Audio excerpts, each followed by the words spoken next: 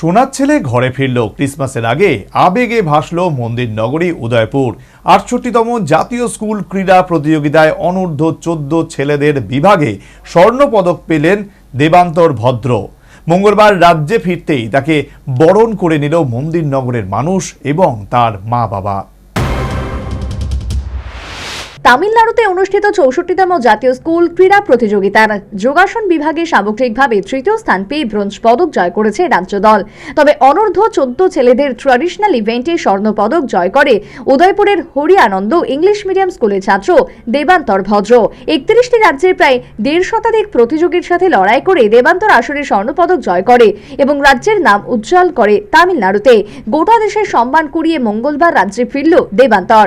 মন্দির নগরী উদয়পুরে পৌঁছতে উৎসবের মেজাজ পরিলক্ষিত হয় গোটা এলাকায়।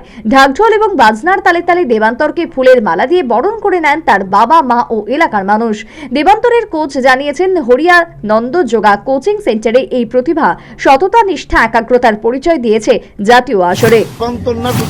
দেবান্তরের মা বাবা যেভাবে ওর পিছনে পড়ে আছেন, কি আমি চাই সমস্ত গার্জেনরা যদি ওর যেভাবে স্টুডেন্টের যে পড়ে থাকে, তাহলে দেবান্তর না কয়েক হাজার দেবান্তর তবে দেবান্তরের যে একাগ্রতা, সেই একাগ্রতা এবং তার যে মানসিকতা, সেই মানসিকতা তাহলে আরো ভবিষ্যতে আরো ২০১৫ সালে বিশ্ব যোগা দিবসের পর থেকে জাতীয় আসরে রাজ্যের নাম আলোকিত করেছে রাজ্যের তরুণ প্রতিভারা।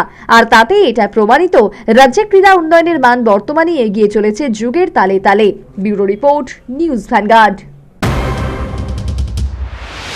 সিজা ইনস্টিটিউট অফ কিডনি সায়েন্সেস কিডনির জটিল রোগের চিকিৎসার জন্য এক উৎকৃষ্ট প্রতিষ্ঠান, যেখানে উত্তর পূর্ব ভারতের প্রথম এবিও অসামঞ্জস্য কিডনি প্রতিস্থাপন এবং মৃত ব্যক্তির কিডনি প্রতিস্থাপন করা হয়। এখানে ১১৫টিরও বেশি কিডনি প্রতিস্থাপন এবং উত্তর পূর্ব ভারতের সবচেয়ে বেশি হিমোডায়ালিসিস করা হয়েছে এবং এই সংখ্যা দিন দিন বাড়ছে। সিজা institute of kidney sciences Tripura সরকার সহ অরুণাচল প্রদেশ, মেঘালয়, মিজোরাম, মণিপুর এবং নাগাল্যান্ড সরকার দ্বারা স্বীকৃতি প্রাপ্ত।